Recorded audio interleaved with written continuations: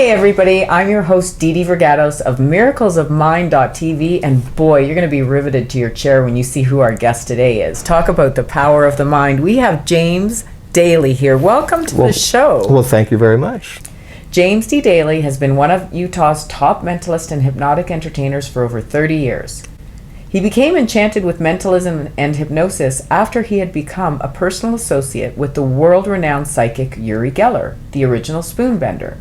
Fascinated with the power of the human mind, he began many years of study and underwent formal hypnosis and neurolinguistic programming training. James established himself at the top of his field, appearing on television and print as a published author and a recognized expert in hypnosis.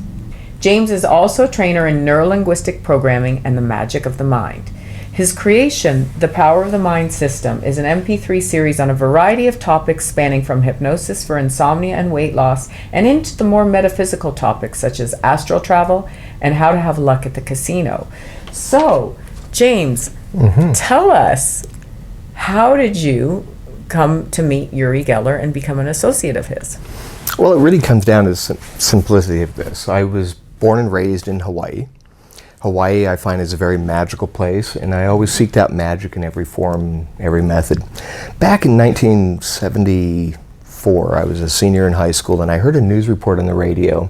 It was a program called Earth News, and they talked about this Israeli psychic by the name of Ori Geller that was tested at Stanford Research Institute, and how he blew the minds of these scientists with the ability to manipulate metal without touching it. Remember, the scientists came out and they said that, well, we can't say that Uri bent the spoon with his mind, but we put a piece of metal in a glass tube, put it in a ray-of-red room that's sealed with lead so no electrical waves could get in and out, and after 45 minutes of Uri concentrating, the spoon, or the metal, bent and broke. And they came out saying that we can't say Uri Geller did this with his mind because we're scientists and we don't believe in that kind of thing. But I wrote in my diary when I heard about this, I said, I've always believed that if the human imagination can think of something, there must be a reality to it. Right. So I wrote in my diary, if I live to be 100, I want to meet this man before I die. The power of intention, Exactly. right there, and manifestation. And within 6 months, Ori and I became friends, and now 40 plus years later, we're still good friends. Oh, what a fascinating. And by the way, I was sharing earlier with you about how Uri Geller, too, was my inspiration and got me into hypnosis and the power of the mind. So we have that in common. Well, that's awesome. So when I first met Uri, I had just returned from a short trip back to Hawaii to New York City. And when we first met, I remember Uri turned to me and said, "Oh, we've met before." And I said, no, Uri, I know, I've been wanting to meet you. And he says, "Oh, we must have met somewhere before." And I said, "Nope, I would remember it." And he said, "Maybe we met in a UFO and we just don't recall it." Oh. And I thought, how cool is that? And who knows, he may be right on that. But about 3 or 4 months later, I was working for Robert Stigwood, the film producer. Robert was out of town. I was in New York, and I got a phone call from Uri. He was calling to talk to Robert. It was on a holiday.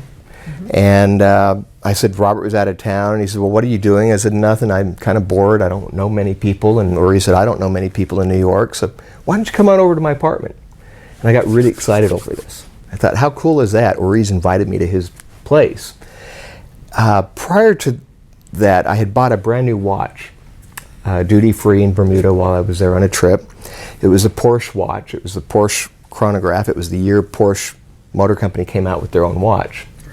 And I thought, well, it's got a stopwatch on it. I'm going to time how long it takes for me to go from Central Park West and 74th Street over to First Avenue and 57th Street where Uri's apartment was. So I'm timing it. I take the cab ride, and a few minutes later I'm up at Uri's apartment, and he turns to me and says, "So James, what was it like growing up in paradise?" And I said, "Well, you know, growing up in Hawaii was a wonderful thing, but I was a white guy living in a land, so I was really kind of a minority in that place, and even though Hawaii is a paradise, I had some issues, let's say." And I went to explain to Uri, I said, "But, you know, the interesting thing is I can understand how the Hawaiians feel. For example, Queen Liliuokalani, the last of the Hawaiians of the Kamehameha reign, was imprisoned in her palace for 45 days until she signed a treaty to the United States. And as I was telling him this story, I realized I forgot to stop my stopwatch on how long it took me to take the ride over to Uri's apartment. So I went and hit the reset button, and the second hand went back to 0, and then it started ticking backwards. Oh. And I thought, that's weird. So I hit reset again, and it went back to 12 and started ticking backwards again. And Uri was sitting across from me, and he says, uh-oh, is something the matter with your watch? I said, yeah, I didn't realize, but this watch is going backwards. He says, uh-oh, I hope it's not an expensive watch. I said, yeah, I've just spent a good deal of money on this watch. And he said, well, take it off, maybe I can fix it. So I took the watch off and I placed it on the coffee table, the glass coffee table between the two of us. As it was sitting there, as I've seen Uri do many, many times, he took his hand over the watch, never touched the watch, but started like cracking his knuckles over it, over and over and over. As he was doing this, I could hear noise coming from the watch. And I said, Uri, move your hand for a second. As he moved his hand, I noticed that the day of the week and the day of the month was rotating like it was on a slot machine. It was just going tick, tick, tick, tick, tick, tick, tick, tick, tick, tick, tick, and stopped. It stopped on a specific day. And I went, Uri, that date, it must be an important date. So he asked me if I had my day timer. I didn't. It was in my briefcase at home. So he says, let me call my secretary and see if I have anything booked that day. Okay. He called his secretary. It was either Frida or Trina, one of the two sisters. And he said, Trina, what's on my schedule on Friday the 21st? And she goes through the calendar. She says, and he repeats to me, he says, what do you mean the whole month is booked except for that day? What do you mean it's a holiday? What do you mean it's not a holiday? Tell James. And he hands me the phone.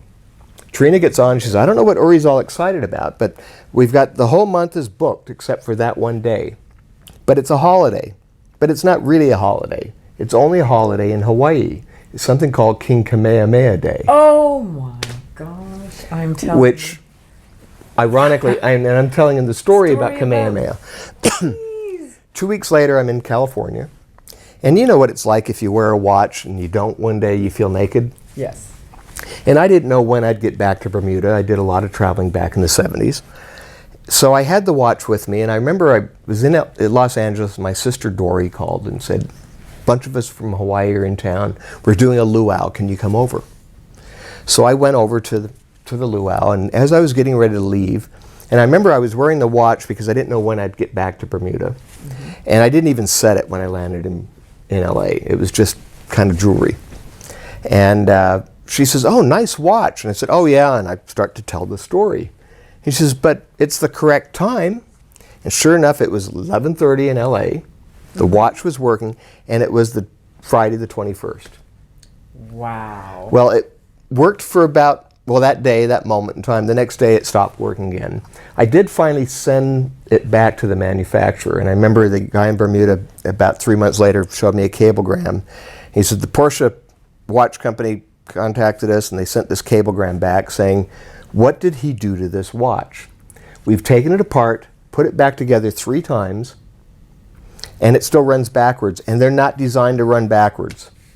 It's still We running can't backwards. fix this watch. So tell him that it's under warranty, so either we can return this watch as is, or give him a new watch. Tell him what he wants. And I regret my decision. I haven't given me a new watch. Oh, too bad. You would have had this watch with... But then again, I spent $5,000 on a watch back then when I was a kid, and it was a lot of money. It still is a lot of money. Yeah. The strange thing is that after that, my life took some turns. I left as Robert Stigwood's personal assistant. I took over as personal manager to a young artist by the name of Andy Gibb. While I was working as Andy's personal manager, we had 3 #1 hit singles that tied him with the Beatles and Elvis Presley as having 3 #1 hits in a row from their first release on. And I have many stories about Ori and me in between that. But after that, in around 1980, I left working as Andy's manager, moved back to New York, took a corporate position with the Stigwood group of companies, and the Geller project was given to me as my pet project. And I spent a lot of time with Ori developing screenplays based on his life. One night we had a brainstorming session. We were at Stigwood's apartment, Central Park West and 74th. It was a Sunday night. I can give you the date. I don't have it off the top of my head. But while we had this meeting, there were 4 of us in the meeting. It was Ori Geller, Shippy Strange, his assistant, myself, and a writer by the name of Zev Goober. And the idea was that we were going to do a brainstorming session to see how to come up with a movie about his life. And the concept that we came up with was it's a movie within a movie.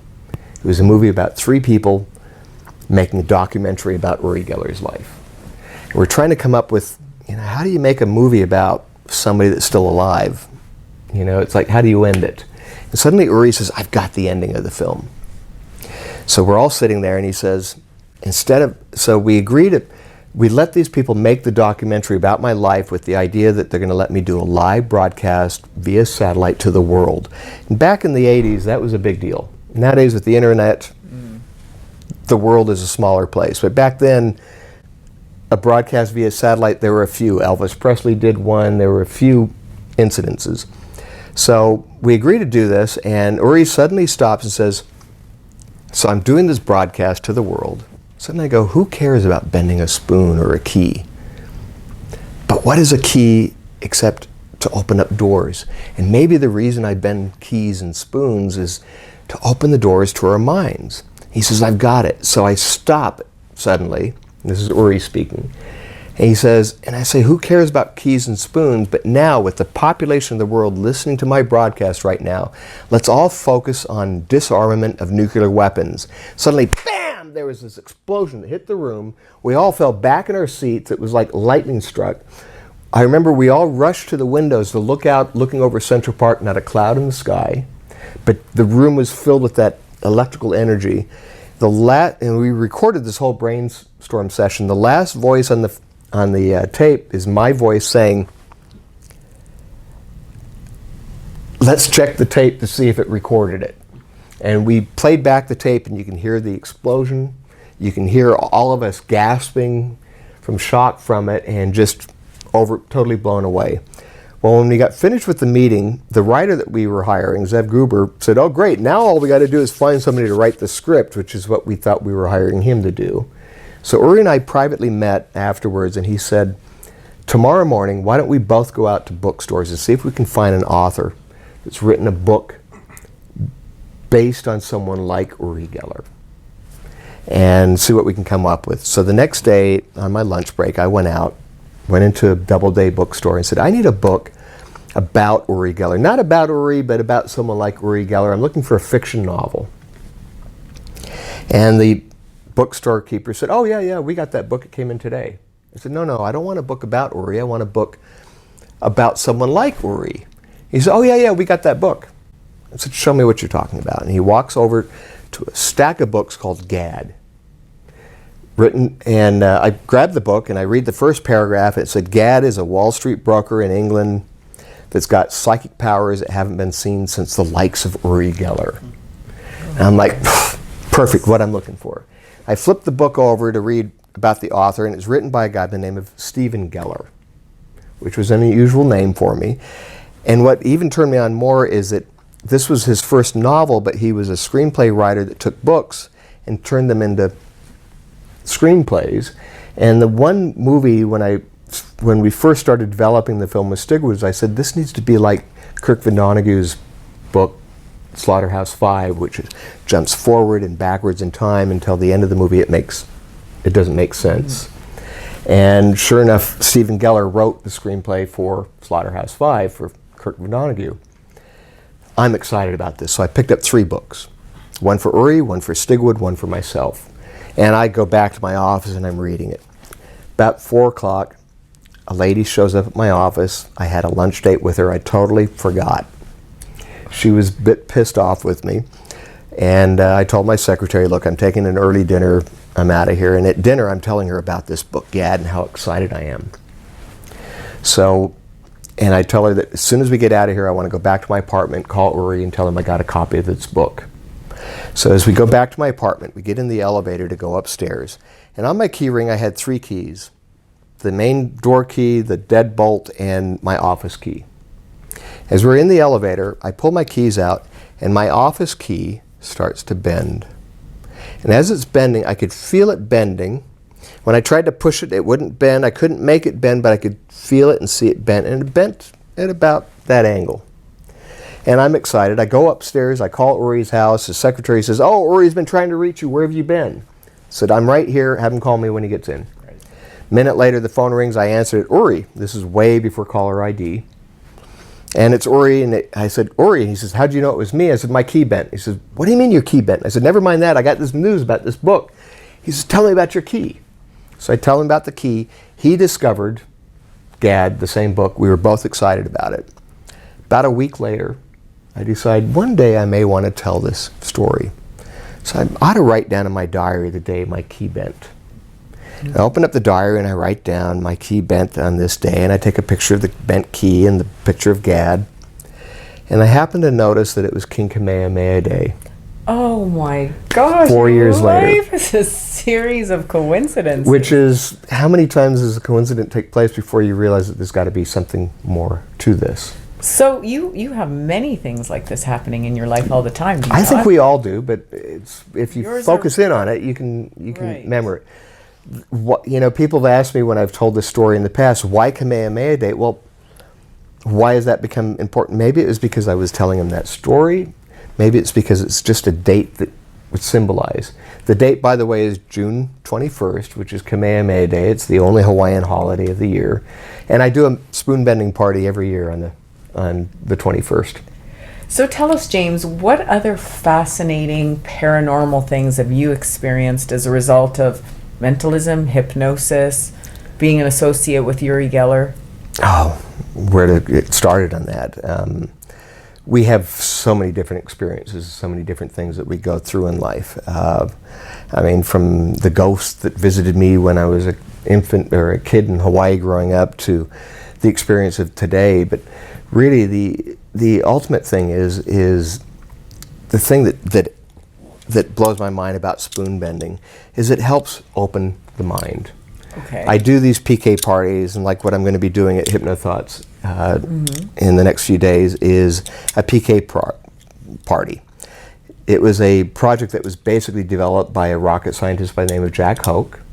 He studied Ori Geller. He studied scientists like the professor at King's College University in London that stimulated me. And for many, many years, as a friend of Ori's, I spent hours sitting looking at spoons, looking at keys, saying bend, bend, bend, with nothing, no results. And it wasn't really until about 12 years ago that I was reading a passage in The Geller Effect, one of the books about Ori Geller, where Eldon Bird, a professor at King's College University in London, said, "This is how Ori taught me to bend spoons. This is how I teach my students." And for the first time when I read that, I first got upset. I said, "Ori is my friend. He never taught me to bend spoons." And then it dawned on me, I never asked him. So my bad, I didn't ask him. Probably if I did, he may have shared this with me. I learned how to do the human levitation, lifting people up with your fingertips. I learned methods of developing your mind to do telepathy and transmit thoughts and that type of thing. But really, I think ultimately in the back of my mind, I felt spoon bending was a gift that Ori had, and there were a few people that saw it. In the many lectures of his that I went to, the thing that impressed me the most is watching the children that he'd call up out of the audience that would pick up big ladles, and suddenly they'd be flopping over like they were rubber. That, to me, meant more to me than even watching Ori do it.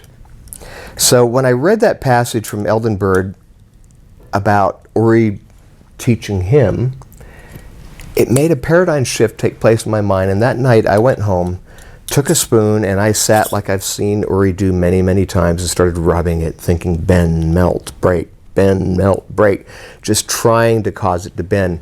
Nothing happened. Now I brought some big old spoons here to see that they all spoon together. As you can see, they do spoon together. I'm going to see if this will work for you. And I'm going to let you go ahead and pick one. Okay. So I sat there rubbing it.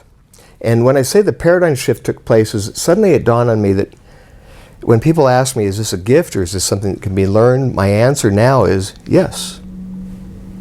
For some people, like athletes, there's some athletes that are just born athletes, that just can do those things.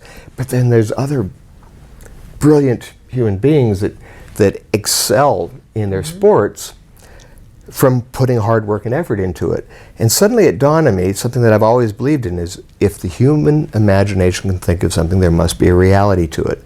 So I sat there for about 20, 40 minutes going, bend, bend, bend, nothing. It was when I stopped trying to bend the spoon. And as a hypnotist, I understand that 88% of our mind is our subconscious, 12% is our conscious mind. Our conscious is where our logic, our reason, our superior judgment, our decision-making process, and that one thing that's never there when you really need it, willpower. But our subconscious is where our belief system, our permanent memories, our emotions, our feelings all reside. It's the most powerful part of our mind. So when I turned the TV set on and I just continued to rub the spoon every once in a while, testing it to see if I could feel anything, it was after a few minutes I could feel that it started getting a little bit, it's hard to describe, it's kind of a waxy feeling. And when it started getting that feeling, it became soft. And as I teach this, and as I'll be doing in a couple of days, when I do this in groups of people, about 80% of the people wind up bending their spoons. And As you are right now. I can feel that this is actually starting to get that way. And I'll see if I can do this for the camera. And let's see if we can see it happen. Bend. Bend. Yeah, there it goes. I don't know if you can see the handle, but it's starting to go. Bend. I don't know if you can see that. I can see it popping up. Let's see. Look. I can see it popping up. Yeah, look. Oh, wow. It actually bent quite a bit. I just saw my first spoon bending. And don't worry, you'll be doing it in a day or two. And the cool thing about it, and in fact, I like to do this. This is kind of, I always do an homage to the movie The Matrix. In The Matrix, he says, there is no spoon, it's all in your mind. Well, this is actually a spoon. I'll do this for the camera. And it continues to go. And I'm doing this just for the camera. I don't know if you can see it, but Turn it sideways. yeah, it's going. Yeah, it's actually pretty badly bent. Yeah. And if I continue to rub it like this, it'll continue to bend. You would think by pressing down on it would cause it to bend in a down fashion, but it just continues to bend. And that's really a pretty badly bent spoon. Good job. Now the interesting thing is that people can do this. And when I do my lectures, I actually have people focus their energy. And as Jack Hoke would do his lectures, he broke it into 3 categories. There was kindergarten, where he actually physically bent the spoon.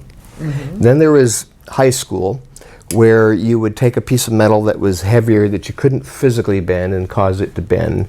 And then graduate school, which is one of the more phenomenal things, and I've only been able to do this a few times myself, where you actually buckle the bowl of a spoon, or you cause something to bend without really even touching it.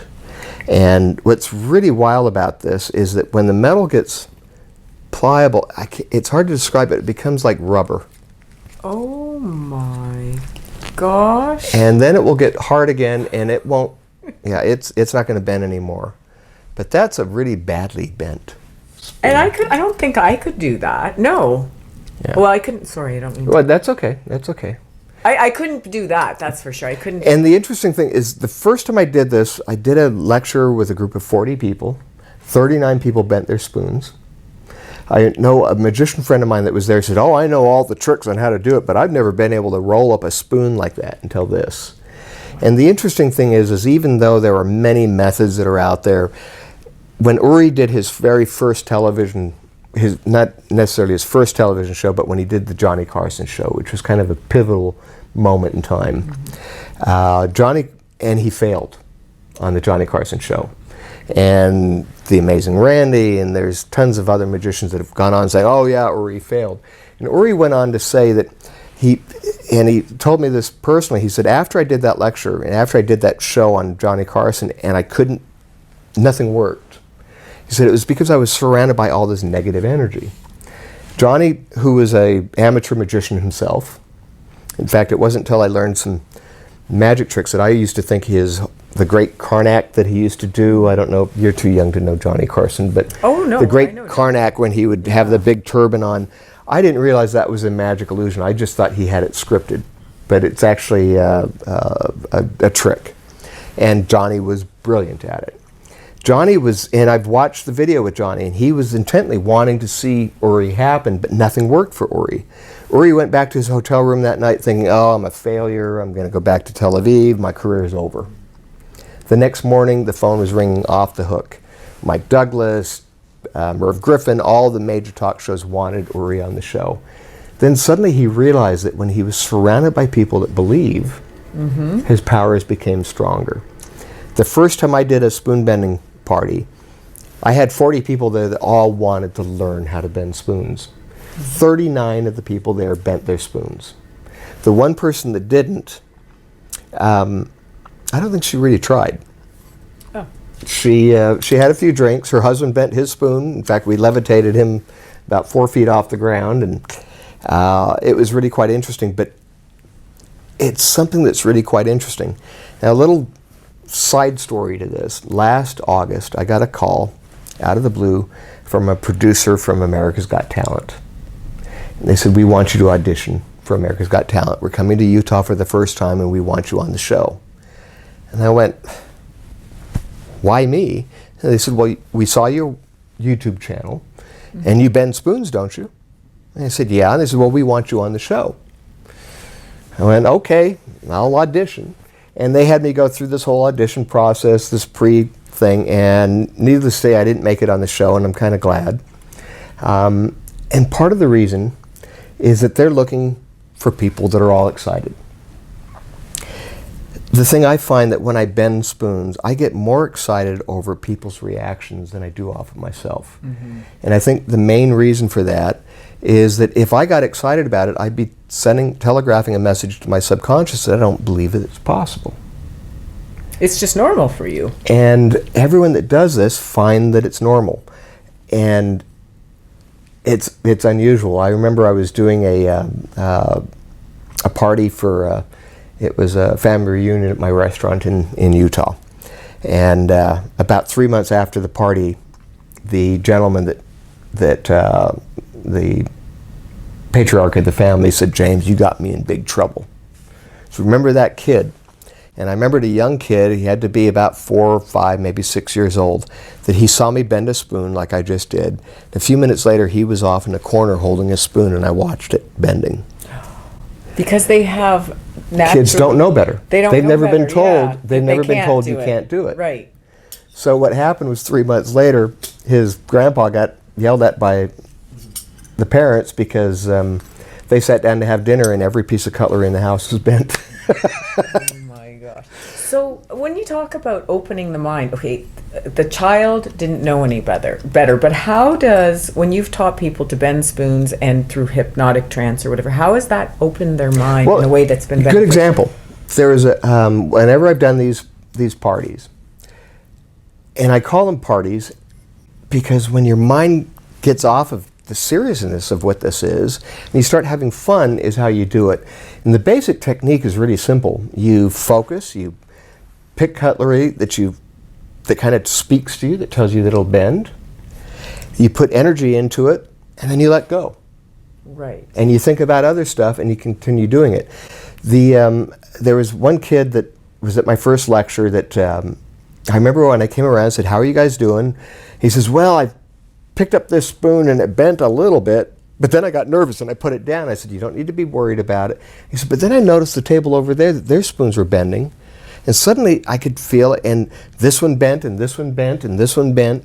And he came up with, and I remember he said, this is like my favorite child, as you would put it. And it was a fork that the tines were all bent around, and he was able to do that. The interesting thing is it boosts self-esteem when you learn that you can do this. But the interesting thing is that once you do it, it's like, okay, let's move on. The reason why I'm teaching this here at HypnoThoughts is because if you can have a bent spoon sitting on your desk, and a client comes in with change that he wants to take place in his life, and he realizes that you've been able to bend a spoon, the first thing in their mind is going to be, well, if they can bend a spoon, they must be able to fix me. Right. And that opens up that belief system that allows people to accept the healings and allow themselves to make the changes that they want to take place in their life. But what else once you've done this, what else is possible with the mind? Because this is a power of yes, exactly. So what have you seen that has been miraculous in terms, maybe even of your hypnotherapy practice? Because you're also a practicing hypnotherapist. Absolutely. I actually use spoon bending to help overload people and to let them see that this opens up their minds. People ask me all the time, what other things can you bend and what other things can you do? And it's ironic because we sometimes take our tools that we have, talents that we have, and we put them off to the side. I was working on something, and I remember I was like, oh, I need to get a tool. I can't remember what it was, but it was a piece of metal that needed to be bent or straightened. And someone said, James, you got those abilities, do it. And I thought, duh. Oh, you forgot. Why didn't I? So I just sat there and put some thought into it, and a few minutes later I was able to manipulate the metal and straighten it. One of the interesting things that happens is that sometimes we'll get the corkscrew in a fork. And I remember I was invited to the Best of State dinner in Utah, and I was at this dinner and I knew there were some people there that had known my abilities, and I knew somebody would ask me to bend a spoon. And I picked up one of the spoons off the table, and I don't recommend doing this.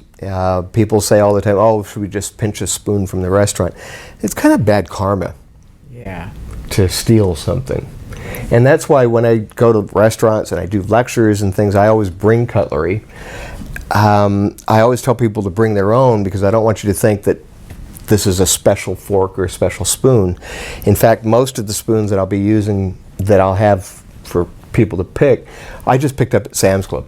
Right. I just go to the big box stores because they're cheap and they get them. And when you go start, through a lot of spoons, don't you? I do. I've spent a small fortune on spoons. I usually don't recommend to start with a spoon as big as this. I usually recommend starting with something smaller. But once you get it, then start testing yourself. And I've moved stuff. I've made bolts that wouldn't come loose that were stripped, and just folks put energy on them and suddenly they come loose. Really? If we can manipulate stuff like this, what can we do? It kind of comes back to, I remember being in the 5th grade and our teacher was teaching us about atoms for the first time. She said, you're going to learn more about this in the 6th grade next year, but I'm going to tell you, everything is made of atoms. Everything's energy. So the wall behind you is not as solid, it's made of atoms. And I raised my hand and I said, well, if that's the case, and if our mind can cause our hand to reach across the room and pick up a glass of milk and bring it to our lips, why couldn't our mind make a glass levitate from across the room and come to us? The whole class started laughing at me. The teacher even laughed. And at that point I went, okay, I'm not going to say anything more about this. That's what happens. We unlearn. Right. And it wasn't until I was in high school and I heard that news report about Ori Geller, and I said, I knew that if the human imagination can think of something, there must be a reality to it. We just haven't gotten there yet. And the proof is in the pudding. Spoon bending. Who cares about spoon bending? What does it do? Bending a key. And I'm going to go back to that night that we heard that bolt of lightning in that room. And I was with Ori last month in Israel, and he said, well, you know, we used that at the end of the Geller effect. No, it was Mindbender was the name of the movie. He basically took the concept and put it at the end of this movie that Ken Russell directed. It's an awful movie. I've never been able to watch it. Ori has it available on his website, origeller.com. It's called Mindbender. It's just awful. I think Rotten Tomatoes has it in their top 10 of the worst movies ever made. Oh, boy. It's really pretty sad. But at the end of the movie, Ori comes out and does a personal one-on-one to the people in the audience and says, if we can do this, we can change the world. And look at the world today as we're slowly but surely disarming nuclear weapons. The world is turning into a different place. And it really does come down to the fact that if we can manipulate metal, an inanimate object, what can we do with ourselves? Speaking of, you have a product on astral travel. Uh-huh. So is that something you do personally, or you just teach people to do? Actually, the interesting thing about how that came about is as I was working to get my certification as a certified hypnotherapist through the Hypnotherapist Union, I had to log in a certain amount of hours. And I was doing work at a drug and alcohol treatment center in Utah. And as I would do my weekly seminars with them, I'd always ask them, what does anyone want to work on this week? And one of the inhabitants of this place said, do you do astral projection? Wow. And I said, no, but I'll check into it for you. And I did some research, and the next week I said, this is what you're going to do. And basically I did a form of timeline therapy. I don't know if you know that, but I just had him use his active imagination. I said, do this when you're in your dorm tonight and you're laying in the bed. Just use your active imagination, get yourself into the slow, relaxed state of alpha, and then just float above your bed and look down and imagine what it looks like from the ceiling looking down at your body. And when you have a clear image of your body, move up through the ceiling and look at the building. Imagine what it looks like and keep floating up, and then go wherever you want. Right. And the next week I came in, he says, oh my God, that was wonderful, it was fantastic. And he was able to do that. And it was so exciting to see that, I went ahead and put a product together, which ironically is one of my best sellers on my website. Oh, I would think it would be for sure. It's basically opening the creativity of your mind, and you can do this. At the time that Geller was being tested at Stanford Research Institute, they also did a series of intensive studies with Ingo Swann. Oh, he's fascinating. The remote viewer, for Right. those of you who aren't familiar with him. And check him out. I think he passed away just recently. Did, yeah. But Ingo Swann said something that was so brilliant when he was tested at Stanford Research Institute. They would bring him an envelope and said, we've drawn a picture. Tell us what's inside the envelope. And Ingo turned and said, I can project myself to Saturn, and you want me to tell you what's in the envelope? Open the envelope. He says, I can tell you what's in the deepest places of the universe, but you want me to tell you what's on an envelope? Open the envelope and look at it. And that's really ultimately where we're at, is that we can do these things if we open our minds and we open ourselves to that. Okay, so luck at the casino. Again, you're an expert in manifesting. You manifested many things in your life. So what is it, what state of mind do people have to get in to get into that winning state of mind? And that's a great thought. I love to go to casinos. I love gambling. I learned a great lesson from my old boss, Robert Stigwood, years ago. I told him when I was a young man of 21, I said, oh, I don't want to take my hard-earned cash and throw it on a horse race and lose. I'll feel terrible. And Robert said, well, when you go to a casino, you know, when we went out the other night to the casino, did you have fun? I said, yeah, but, you know, I went with what I was willing to lose. And he said, well, casinos in England are different than they are in the States. The big difference is that when you went to a casino in London, at least this was back in the 70s, you had to wear a jacket and tie. The restaurants in the casinos were 5-star restaurants at McDonald's prices. He said, if you go out on a date, James, how much money are you going to spend? I said, oh, maybe £100. By the time you go to the theater and dinner and maybe to a nightclub. And he says, well, if you go to a casino, you can have a 5-star dinner for just a fraction of that. And then the money that you save, just throw it on the tables. If you lose, you still had fun. If you win, it makes it even more fun. But that way you're not losing. And I thought, well, that's the way to gamble. Changed your mindset from how much am I willing to lose to having fun. And that way it didn't matter if you won or lost. You still won.